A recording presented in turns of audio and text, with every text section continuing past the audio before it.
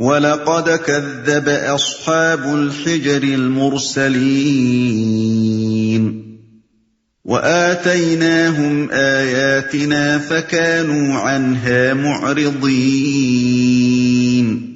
ہجر کے لوگ بھی رسولوں کی تکذیب کر چکے ہیں، ہم نے اپنی آیات ان کے پاس بھیجی، اپنی نشانیاں ان کو دکھائیں، مگر وہ سب کو نظر انداز ہی کرتے رہے۔ ہجر کے لوگ، یہ قوم سمود کا مرکزی شہر تھا۔ اس کے کھنڈر مدینہ کے شمال مغرب میں موجودہ شہر العلا سے چند میل کے فاصلے پر واقع ہیں۔ مدینہ سے تبوک جاتے ہوئے یہ مقام شاہراہ عام پر ملتا ہے اور قافلے اس وادی میں سے ہو کر گزرتے ہیں، مگر نبی صلی اللہ علیہ وسلم کی ہدایت کے مطابق کوئی یہاں قیام نہیں کرتا۔ 8ویں صدی ہجری میں ابن بطوطہ حج کو جاتے ہوئے یہاں پہنچا تھا۔ وہ لکھتا ہے کہ یہاں سرخ رنگ کے پہاڑوں میں قوم سمود کی عمارتیں موجود ہیں جو انہوں نے چٹانوں کو تراش تراش کر ان کے اندر بنائی تھیں۔ ان کے نقش و نگار اس وقت تک ایسے تازہ ہیں جیسے آج بنائے گئے ہوں۔ ان مکانات میں اب بھی سڑی گلی انسانی ہڈیاں پڑی ہوئی ملتی ہیں۔ وَكَانُوا يَنْحِتُونَ مِنَ الْجِبَالِ بُيُوتًا آمِنِينَ۔ وہ پہاڑ تراش تراش کر مکان بناتے تھے اور اپنی جگہ بالکل بے خوف اور مطمئن تھے۔ فَأَخَذَتْهُمُ الصَّيْحَةُ مُصْبِحِينَ فَمَا أَغْنَى عَنْهُمْ مَا كَانُوا يَكْسِبُونَ۔ آخر کار ایک زبردست دھماکے نے ان کو صبح ہوتے آ لیا اور ان کی کمائی ان کے کچھ کام نہ آئی۔ یعنی ان کے وہ سنگین مکانات جو انہوں نے پہاڑوں کو تراش تراش کر ان کے اندر بنائے تھے، ان کی کچھ بھی حفاظت نہ کر سکے۔ وَمَا خَلَقْنَا السَّمَاوَاتِ وَالْأَرْضَ وَمَا بَيْنَهُمَا إِلَّا بِالْحَقِّ وَإِنَّ السَّاعَةَ لَآتِيَةٌ فَاصْفَحِ الصَّفْحَ الْجَمِيلَ۔ ہم نے زمین اور آسمان کو اور ان کی سب موجودات کو حق کے سوا کسی اور بنیاد پر خلق نہیں کیا ہے، اور فیصلے کی گھڑی یقیناً آنے والی ہے۔ پس اے محمد، تم ان لوگوں کی بےہودگیوں پر شریفانہ درگزر سے کام لو، کسی اور بنیاد پر خلق نہیں کیا ہے۔ یہ بات نبی صلی اللہ علیہ وسلم کی تذکیر و تسلی کے لیے فرمائی جا رہی ہے۔ مطلب یہ ہے کہ اس وقت بظاہر باطل کا جو غلبہ تم دیکھ رہے ہو اور حق کے راستے میں جن مشکلات اور مصائب سے تمہیں سابقہ پیش آ رہا ہے، اس سے گھبراؤ نہیں۔ یہ ایک عارضی کیفیت ہے، مستقل اور دائمی حالت نہیں ہے، اس لیے کہ زمین و آسمان کا یہ پورا نظام حق پر تعمیر ہوا ہے، نہ کہ باطل پر۔ کائنات کی فطرت حق کے ساتھ مناسبت رکھتی ہے، نہ کہ باطل کے ساتھ۔ لہذا یہاں اگر قیام و دوام ہے تو حق کے لیے ہے، نہ کہ باطل کے لیے۔ ان ربک هو الخلاق العلیم۔ یقیناً تمہارا رب سب کا خالق ہے اور سب کچھ جانتا ہے۔ یعنی خالق ہونے کی حیثیت سے وہ اپنی مخلوق پر کامل غلبہ و تسلط رکھتا ہے۔ کسی مخلوق کی یہ طاقت نہیں ہے کہ اس کی گرفت سے بچ سکے، اور اس کے ساتھ وہ پوری طرح باخبر بھی ہے۔ جو کچھ ان لوگوں کی اصلاح کے لیے تم کر رہے ہو، اسے بھی وہ جانتا ہے، اور جن ہتھ کنڈوں سے یہ تمہاری صحیح اصلاح کو ناکام بنانے کی کوشش کر رہے ہیں، ان کا بھی اسے علم ہے۔ لہذا تمہیں گھبرانے اور بے صبر ہونے کی کوئی ضرورت نہیں، مطمئن رہو کہ وقت آنے پر ٹھیک ٹھیک انصاف کے مطابق فیصلہ چکا دیا جائے گا۔ وَلَقَدْ آتَيْنَاكَ سَبْعًا مِّنَ الْمَثَانِي وَالْقُرْآنَ الْعَظِيمَ۔ ہم نے تم کو 7 ایسی آیات دے رکھی ہیں جو بار بار دہرائی جانے کے لائق ہیں، اور تمہیں قرآن عظیم عطا کیا ہے، بار بار دہرائی جانے کے لائق ہیں، یعنی سورہ فاتحہ کی آیات۔ اگرچہ بعض لوگوں نے اس سے مراد وہ 7 بڑی بڑی سورتیں بھی لی ہیں جن میں 200 آیتیں ہیں، یعنی البقرہ، آل عمران، النساء، المائدہ، الانعام، الاعراف اور یونس یا انفال و توبہ۔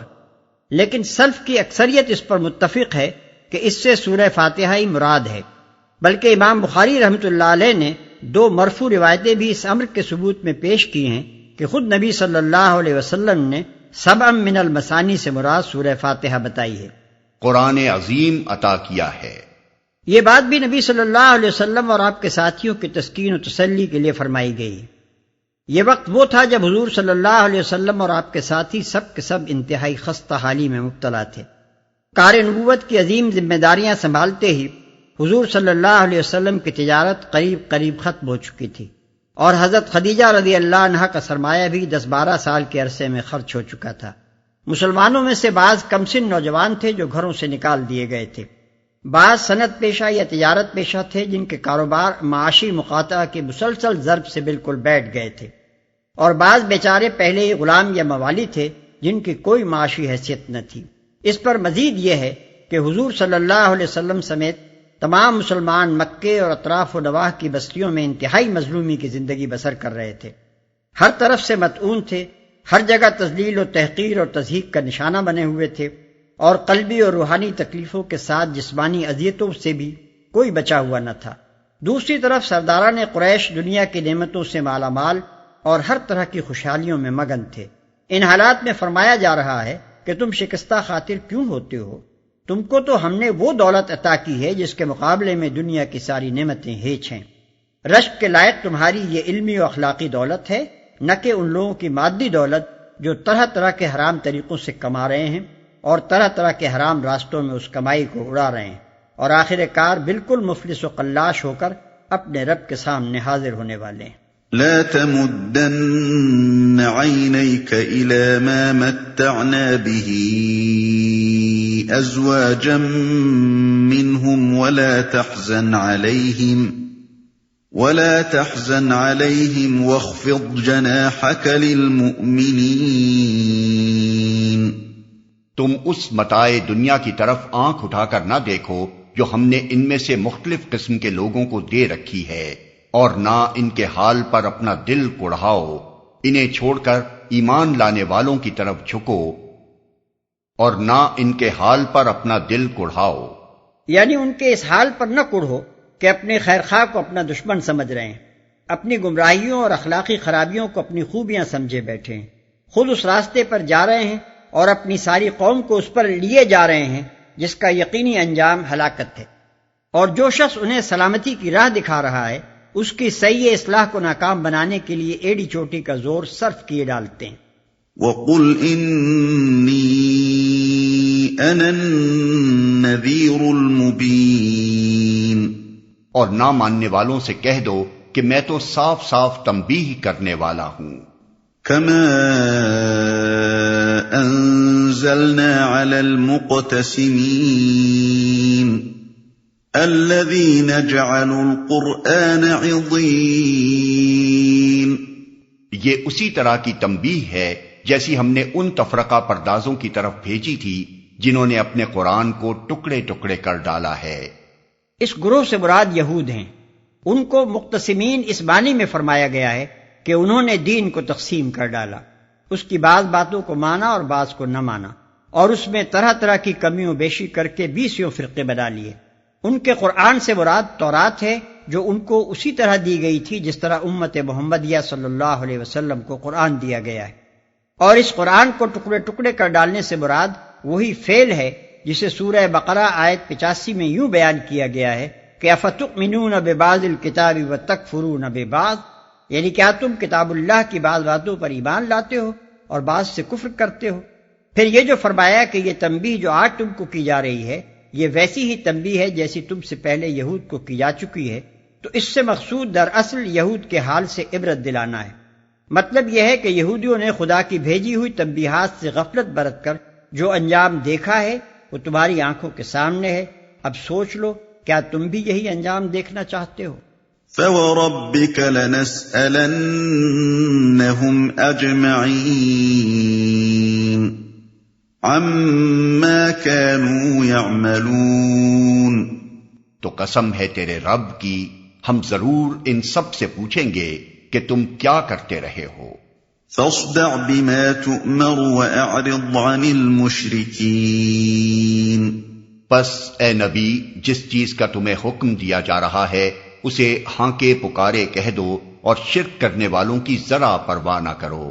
إِنَّا كَفَيْنَاكَ الْمُسْتَهْزِئِينَ، الذين يجعلون مع الله إلها آخر فسوف يعلمون۔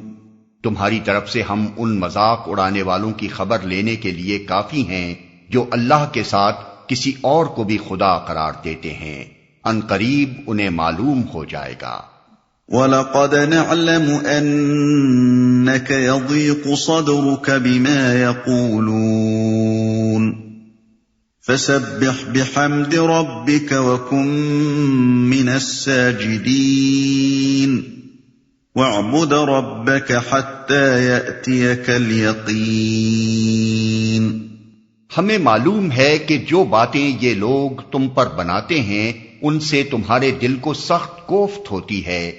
اس کا علاج یہ ہے کہ اپنے رب کی حمد کے ساتھ اس کی تسبیح کرو، اس کی جناب میں سجدہ بجا لاؤ، اور اس آخری گھڑی تک اپنے رب کی بندگی کرتے رہو جس کا آنا یقینی ہے۔ یعنی تبلیغ حق اور دعوت اصلاح کی کوششوں میں جن تکلیفوں اور مصیبتوں سے تم کو سابقہ پیش آتا ہے، ان کے مقابلے کی طاقت اگر تمہیں مل سکتی ہے تو صرف نماز اور بندگی رب پر استقامت سے مل سکتی ہے۔ یہی چیز تمہیں تسلی بھی دے گی، تم میں صبر بھی پیدا کرے گی، تمہارا حوصلہ بھی بڑھائے گی، اور تم کو اس قابل بھی بنا دے گی کہ دنیا بھر کی گالیوں اور مذمتوں اور مزاحمتوں کے مقابلے میں اس خدمت پر ڈٹے رہو جس کی انجام دہی میں تمہارے رب کی رضا ہے۔